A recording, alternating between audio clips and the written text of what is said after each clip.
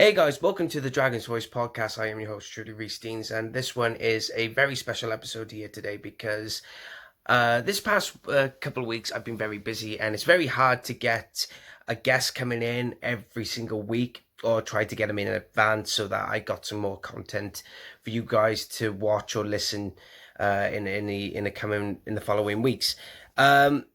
This one, I thought it would be special to bring back an old podcast episode that I done in one of my old podcasts I haven't done in a while, called the Yellow and Blue Army podcast. For some of you who don't know, who just managed to follow my Dragon's Voice channel instead of the Deansy Boy Show channel, Yellow and Blue Army podcast was a show that was entirely focused on Barrytown Football Club.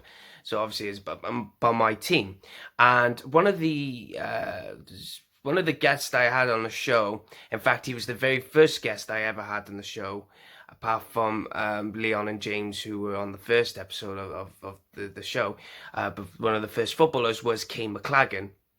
Kayne is one of my favourite players for Barrytown. Lovely bloke, down to earth, always there to have a chat with you, to talk about anything. And around about that time, he was I think it was in late 2018 or early 2019. He was still fresh. He was still fresh. He was still new. He was still new to the squad, but some of us called him the veteran because of his background, because of where he came from as a footballer, and because he was a Barry boy and he came in. And he just cemented and just glued into the squad straight away that, we've always seemed to call him the veteran, or some of us did anyway. So I wanted him on the show straight away, and I got him on there, and he took time to come in and have a chat. He used his lunch hour, from work to come in and just speak for half hour, which I thought that was pretty nice. That was very genuine from the bloke, and I couldn't thank him enough.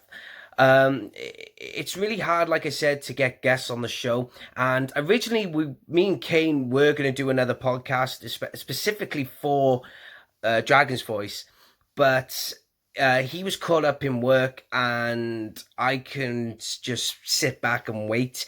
That's no disrespect to anyone, because when you're doing a podcast, you just got to keep going. You got to keep finding guests. And I had no problem with Kayne. But then I thought, I'm going to be asking him roughly the same questions anyway, in regards to what I asked him in the Yellow and Blue Army podcast. So I thought, I'll just take one of my podcasts I used, or what I did, and I'll just bring it to you guys truly. So this is it. This is episode 21, and this is taken from the archives of the Yellow and Blue Army podcast featuring Kayne McLaggon. I hope you enjoy. I got a very, very, very, very, very special guest, and he's one of my all-time favourite players for Barrytown United. And I knew it from the moment he was signing. I knew he was going to sign for Barrytown one way or the other. He's my good friend. He's our star striker. His name is Kayne McLaggon. Kayne, thank you very much for coming on the show, mate. No problem whatsoever. So, right, let's get down to business. Right, I'll ask you a very, quick, funny questions, right? And it all involves with the squad, right? And they're very tongue-in-cheek, so I'll just ask them very, very quickly. So, who is your partner in crime in the squad? Ooh, partner in crime. In what sense? Go on, I shouldn't ask this, but go on. In what sense? Close mate, or, the one you get along with the most? Good question. I'd probably say the one I've known the longest is Drew Fahia. I've known him probably since I was about 11 or 12 years old. I used to play football over in Gibbonsdown Cages with Drew. He used to look after me, so he's probably like my older brother in the squad, if you like, so he looks after me, so I'll say Drew Fahia. Who is the DJ of the squad? Who plays the music? It used to be one Macaulay Southern Hales, but we don't mention his name anymore. He's the one we can't mention anymore. So don't DJ Evan Press. Evan Press is now the new young DJ. Evan. Yeah, young Evan. He's a good character, Evan. Good lad. Who is your roommate on away trips? Drew Fahia. Drew Fahia is my roommate as well, yeah. Who's the quiet one? A quiet one? There's not many. There's not many quiet ones. There's a few, but yeah, there might be a few. I'd say Troy Green is quite quiet. He can be quite quiet. Troy? Yeah. He's when he talks, so people listen. But I'd say he's quiet. Robbie Patton again, quite quiet. I would have thought Lewis. Luke Cooper, he's quiet. No, come on.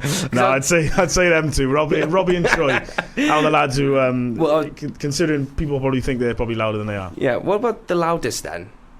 Luke Cooper. Luke Cooper, is it? Luke Cooper, unfortunately. Favourite supporter? Favourite supporter, I have to say yourself, Deansy boy. I have to say yourself, yeah. Favourite supporter, 100%. Nice, man. So anyway, thank you very much for coming on the show. It really means a lot because you're one of the first, doesn't matter current or former player, to come on the show and actually, represent the team and everything. And it does mean a lot for me because I don't want to sound biased or go against the other team players. You are my favourite player. But I want to go back to the beginning, right? Because of course you're the Barry boy, born and raised in Barry. And you went to Barry Boys. Correct. But the one thing that always crosses my mind is that it goes from Barry Boys, Southampton Football Club. So how did you go from Barry Boys to then Southampton Football Club? It is a strange one, actually. Good question. So I think originally I was playing for Barry and Vale schools. They were pretty much like Barry Town's youth team at the time when I was about 13, I think. I was playing against Avonmere schools, so Swansea schools, down at Jenner Park, and I scored for Barry Town at Jenner Park. I think it's the first goal I ever scored at Jenner Park, which is great. And a Leeds scout was watching the game. He was actually watching their goalkeeper, Rhys Taylor, and I scored against him. And this Leeds scout wanted to ask me to come and have a trial at Leeds. Yeah. So I went up there. It was a bit too far for me to kind of sign. I was only 14 at the time, so I didn't sign for Leeds, but I had lots of trials. But then I remember coming back, and then a Wales scout wanted me to play for like Wales schools. So I was playing for Wales schools, and they said, if you want to stay in this squad, you have to sign for a professional team. So basically, I played well for Wales, and a Southampton scout was there. Yeah. I signed not signed for Southampton, but I was going to their satellite academy in Bath.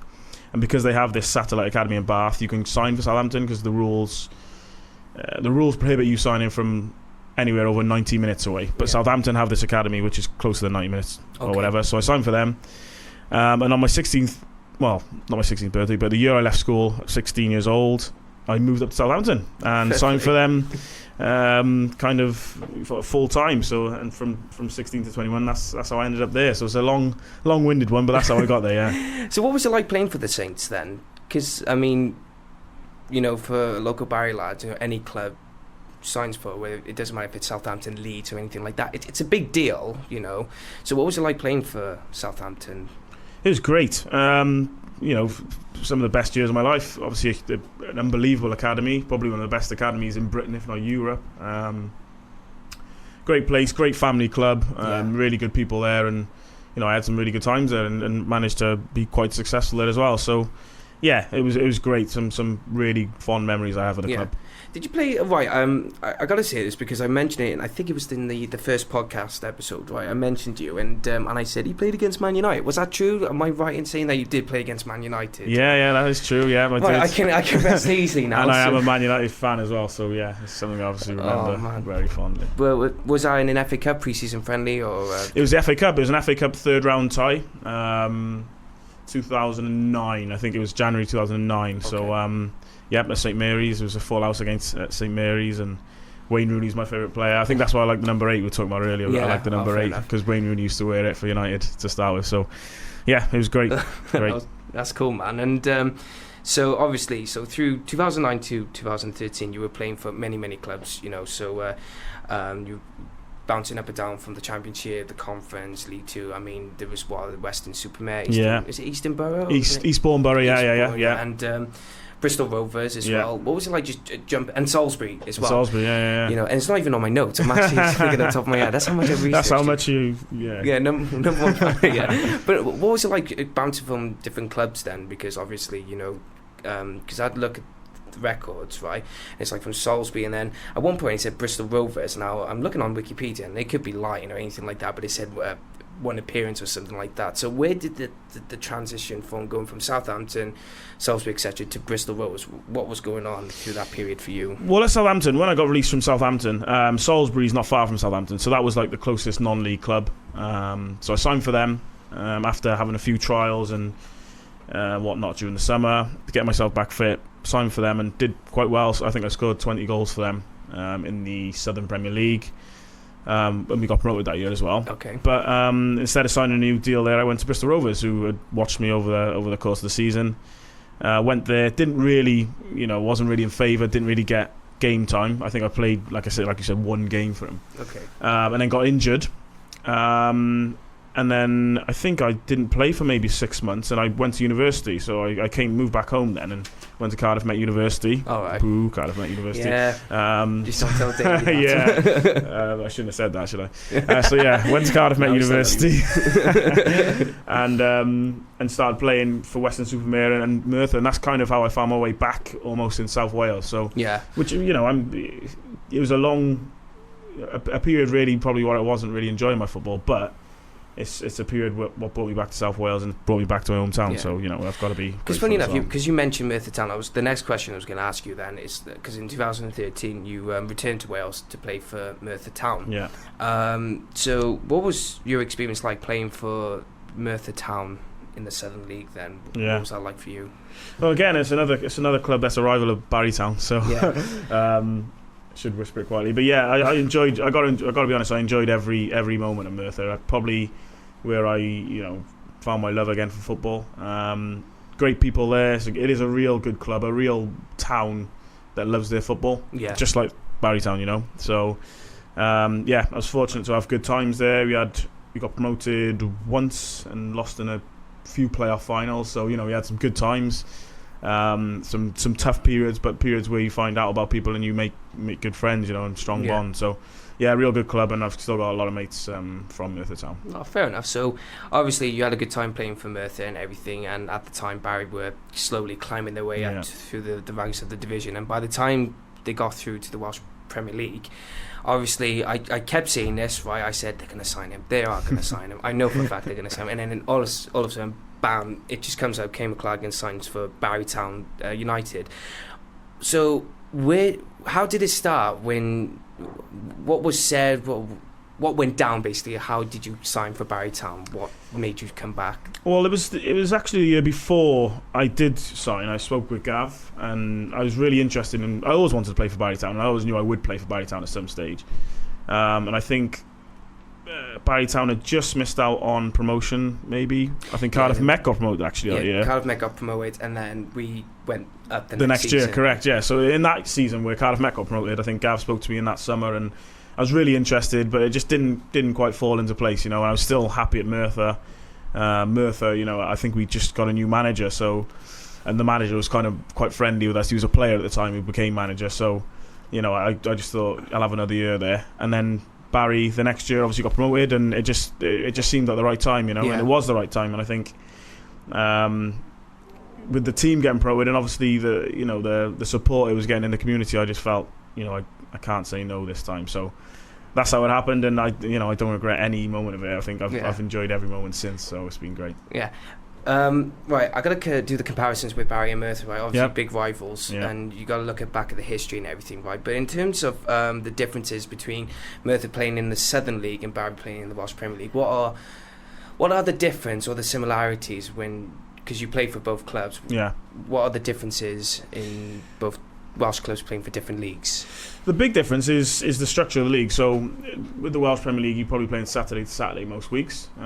With the Southern Premier League or any non-league league in England, you're playing Saturday, Tuesday every week. You're playing 46 league fixtures pretty much, whereas you only play 32 in the Welsh Premier League. So it's a much tougher schedule, if you like. But with the 32 league games you play in the Welsh system, they're all tough, and they're all if you don't play well, you'll lose. Simple as that. Whereas for Merthyr, you'll probably have in that league, you'll probably have 10 games that are kind of gimmies, and because teams struggle with budget cuts quite early on in the season, and you'll always have at least 4 or 5 struggling teams. So that's the difference. I think the competitive nature of the Welsh Premier League is a lot higher. The teams are a lot more competitive. You'll only really have 1 or 2 games where you should win, kind of thing. So that's the big difference. But the Saturday Tuesday schedule in the English non-league system is very difficult, and that's the big difference. What about the support then? Because the only reason why I say the support, I'm not here to critique anyone or anything like that, but the last time Barry played against Merthyr, and I'm definitely going to blame you. You beat us 7-1, and I don't like you for that. I hate you for that. I really hate you. No. But there was previously, we went up to Penydara, and I think this is before Welsh Cup. Yeah, Welsh Cup. Was you playing that cup? No. This was before your time then. Yeah. And we turned up, and I think it was only about 20 odd of us just turned up, and we were singing and chanting, obviously. But we were expecting the response back. So in terms of support, would you say it's the same? Because I haven't seen it for myself. Is it the same? Is it the singing and the chanting? Does it happen in Merthyr or at all? Yeah, definitely. Like I said, it's a football town, similar to Barry. So they love their football, and it's quite well supported. The club is quite well supported. I think they've had difficulties in the last couple of years, financially, and maybe some of the fans have gone away because of that. But very similar in terms of our support. I got to be honest. I'm a supporter of the club myself. I've watched games back when I was a kid and European games. And I remember, I seem to remember that we used to have a regular big crowd, and I think we should get more in the gate. And that's not a critique of the fans, of course, because the support we get home and away is great. But I think the lads at the minute are doing really well, and I just think it'd be great if we get an extra few through the gate, even if it was we probably have to do more ourselves in terms of a club, to get that extra support. And I know we are doing great stuff in schools. We're giving away tickets in schools and really trying to galvanise the community. But there's so much that this club can do, and I think with the help of the community and the help of the fans, I think we can do even more. And just kind of increase that fan base. So that's probably something that we need to do as a club better, and hopefully that the community can kind of get on board with as well. Oh, fair enough. But in terms of the community base of the town, right? I mean, especially because obviously the likes of you and the players, right? We see you, and obviously we spend time with you after the games or before the games, But it's like we always say, it's community spirit. But then every time we go out into the town itself, there's a lot of and I'm not trying to, like I said, I hate it when I go on the podcast every day and I have to remind people we're not here to slam anyone or anything like that. But it's just when you get people who say they support Man U, Liverpool, and everything. Have they been to a game? I bet you've been to a few games. I mean, I'm not going to continue on that, but it's just that. It's just that they always seem to look down on the Welsh Premier League or Barry Town itself, saying it's a nonsense club or something like that, which I think it's a bit sad, really. Have you ever experienced that yourself? I mean, have you ever experienced anyone just coming up and just saying, why are you playing for Barry, or what's this all about with you and playing for this team in this, from what Leon has said, a fish and chips league? He's been told from a mate team that's a fish and chips league. Have you ever had that, or...? Probably not so much directly, because I don't know, people won't say it to your face, I guess. But I have, I've definitely heard people, people do look down on the Welsh football system as a whole, not just Barry Town. I think it's more the Welsh football system as a whole, because you look at Barry Town's history and it's got huge history. Look, European football, it's played against some of the giants in European football. So you can't really say that about the club. If you do say it about the club, you just obviously haven't done your research, because the club it's a big club in Welsh football. I know it's a non-league club, but it's got huge history. So people do look down upon the Welsh football system, I think, rather than the club. People have asked me, why are you playing for Barry now rather than even like rather than Merthyr, and I say, well, you look at Barry Town's history, we've got bigger history than Merthyr. We're a big club, so I think some people maybe just don't really know enough about the club, so maybe it's not maybe ignorance almost towards the club, because they haven't kind of researched. And I think if you kind of educated people on, Barry Town's done this in Europe and won this many titles, and representing the country in countries abroad like so many times, I think people would maybe understand it a bit more. But just spoon feeding. I think so. Education, maybe, So. Oh, that's cool. Well, then I'll be the teacher then. But you have mentioned, obviously, creating history and everything. Now, you and the boys now, you're creating history for yourselves and for the supporters now. Semi-final, and especially this Saturday, against TNS, right? I mean, don't get us wrong, we've got all the confidence in the world for you. How do you and the boys feel about this Saturday's match? Yeah, it's a huge match. It's a game that we're not going to be favourites for. Simple as that. We're not favourites on paper, but we've beaten them before. We've beaten them on their patch before. We've got a point there I think maybe only 4 or 5 weeks ago, maybe less than that. So they won't be, looking forward to playing us. I'm sure if they could choose a semi-final tie, it wouldn't be against us. So we'll give it our all, and the aim is to try and get European football this year and have a nice little holiday in San Marino or something like that. It'd be great, wouldn't it? Well, any European tie would be great. So yeah, that's the aim. And by beating TNS on Saturday, we'd be one step closer to our aim. So that's the plan for Saturday. You know what? It baffles me because every time I think about it, right? But I always have a lot of passion, and support for you guys, especially done so much. It's like, how can we thank him?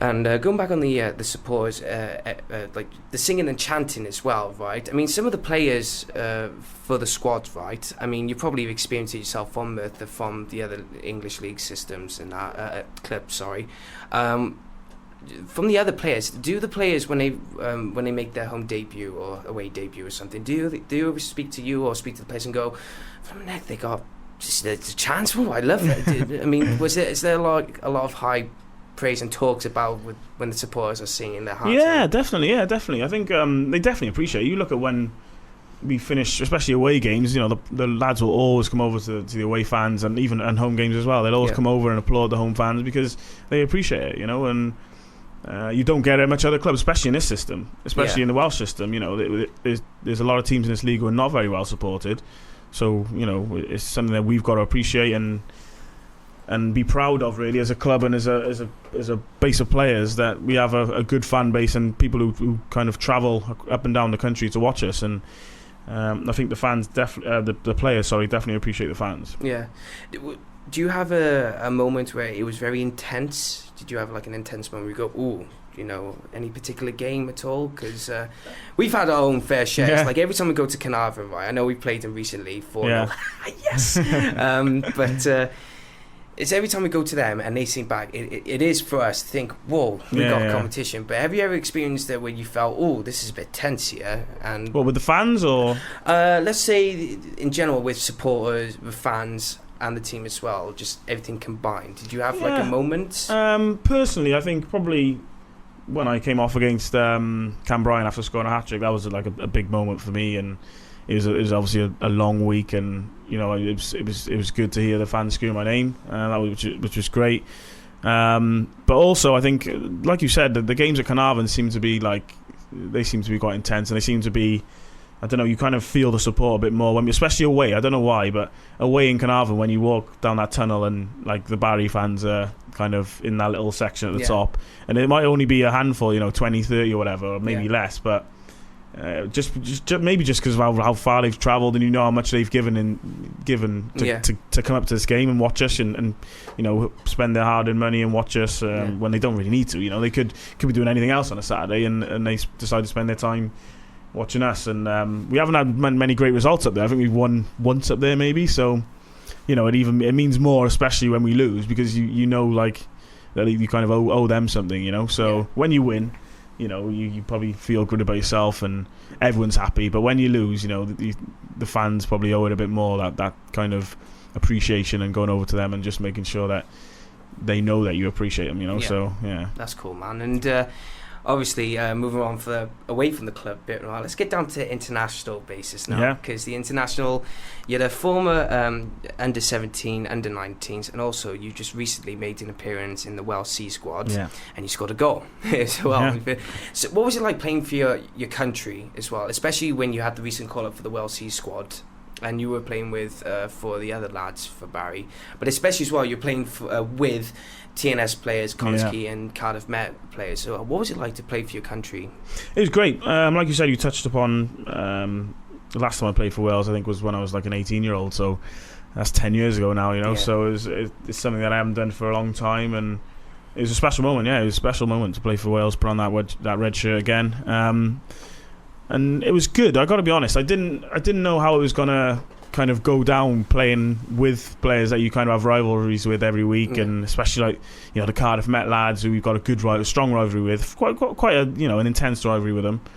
But then we, especially the Barry lads, got on with the Cardiff Met lads quite well. We whisper that quietly, but we did. We got on with them very well and came together, and got a good result against England C. So it was a good week. It was a really good week, and hopefully we can do it again sometime. But it was great to put on that red shirt. Is there any more future games for the Welsh C squads coming up? I'm not sure yet.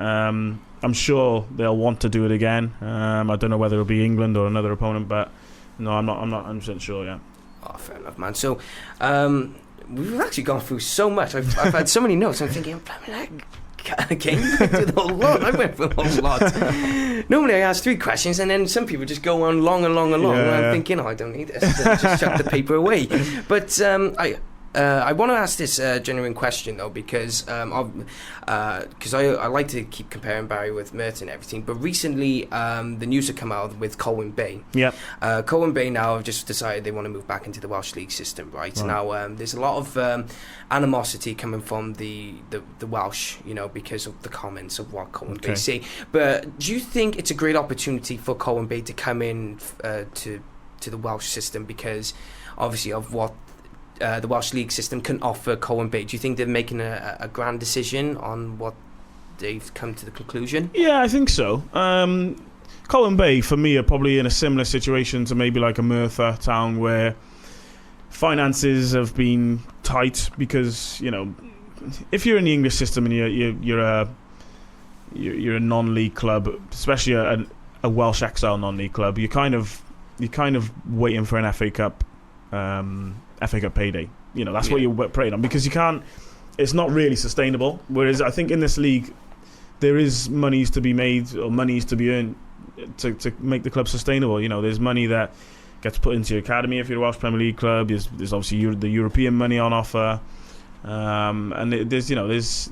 I think you'll get better crowds because there's more local games. So if Merthyr, for instance, I know I've gone back to Merthyr here, but if Merthyr, for instance, were to come into the Welsh pyramid system, they'd have better crowds because they'd be playing maybe Barrytown, Cardiff Met, Llanellis or whatever, Carmarthens on more regular basis, and they get better crowds.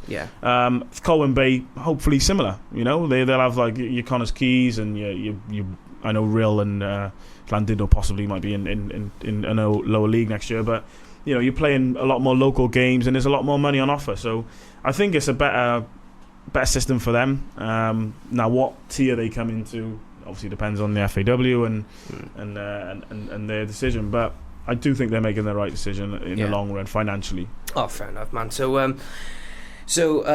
Right, stick to Barrytown subjects. We all love Colwyn Bay and Cardiff Met and everything like that.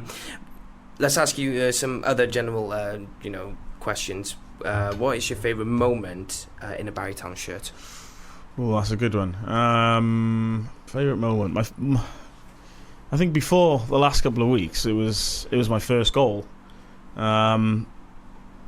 which was against Newtown. So that was my first goal at Jenner Park. It felt like almost. It wasn't the first time I ever scored at Jenner Park, but it felt like it was a big moment for me, and that was my favourite moment. But now I'd have to say the hat trick against Cambrian in the Welsh Cup quarter final.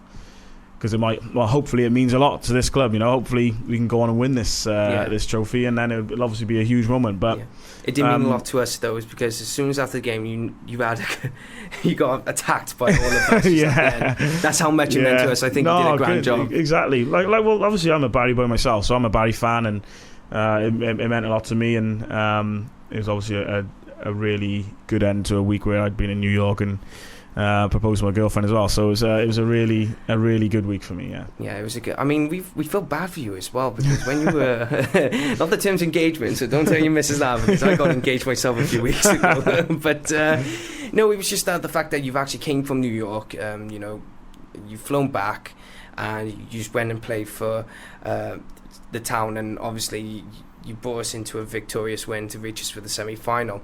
But at the same time, you cemented yourself, and including the other boy, as the players that could bring back the Welsh Cup. And with European football on the way, right? Possibly. Yeah, possibly. Hopefully. We like to dream, okay, Kayne? We like to dream. Leave us alone. But to you, if it does go to European football, right? Let's just throw it out there. Which country would you like to go to and play? That's a good one.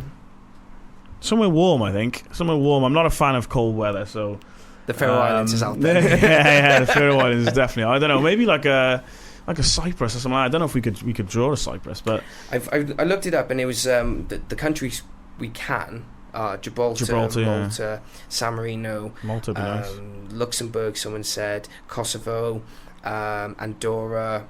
There's some of the tiny countries, and obviously you get the Faroe Islands as well. Yeah. But someone said Northern Ireland, but then I don't know. I went, no, I'm sure Northern Ireland moved up in the. Did they? Ranks. Okay. Yeah, sure. Malta then. I think Malta would be my choice out of them. Yeah. Malta. I like to go to Malta again. I mean, I've only been to Malta once, and I didn't like it. No. Because I was only 13 at the time, and my grandparents took me, and they took me to the posh areas of Malta. Right, so okay. I'm big.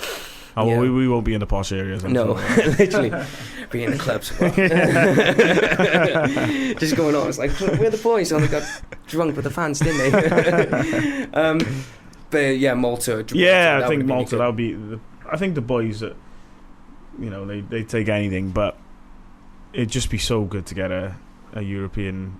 I don't want to call it a tour. That sounds almost like it's a holiday, but a European adventure or a European. A week, a couple of days away in Europe and to enjoy it, and it'd almost be like a celebration because, after a long season, and it's more than a long season. I've only been involved the last 2 years, but people like Gavin and like Lewis Cosler who've been here for Mike Cosler. Obviously, there's people behind the scenes who've been here for a long time. It'd be it'd probably just feel like a great ending almost to not to the season but to the journey they've been on a long journey from rock bottom, obviously, this club, Barrytown United. So I think people like that deserve it more than probably myself, who've only been here for 2 years, even though I've been a fan for a long time. But they would deserve it, so it'd be great for them, I think. So especially because you mentioned Gavin, right? What's Gavin like as the gaffer, the boss? What's he like as a manager? He's great with all the team. Obviously tactically, on the pitch and in the change room, he's first class. He's not, to be honest, I don't like to say it, but I think he's probably a manager that deserves to be or belongs at a higher level than the Welsh Premier League. Even though I'm a massive fan of the Welsh Premier League, but he's a manager I think that deserves to be probably a full-time manager somewhere. He's I get to deal with him quite closely because I'm doing my coaching badges as well, so he's my mentor for my for the coaching badges that I'm doing. So I get to kind of see him not more closer, but in different roles kind of. But he's a great manager, and I'm sure he will go on to maybe manage elsewhere. I hope he doesn't. I hope he stays at Barry for whilst I'm there, because he's obviously highly successful, and it means that we'll be successful if he's here. But I do believe that he belongs at a high level. In terms of the squad, a lot of people have been asking. I know you got the captain. But is there like someone who's a leader?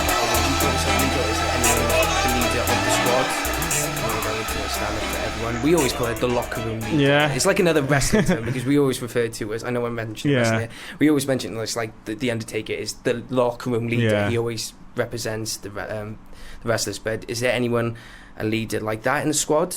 Well, we've got like a leadership group almost. So that involves like some of the more experienced players. So it's like myself, Luke, Jordan, Mike, Drew.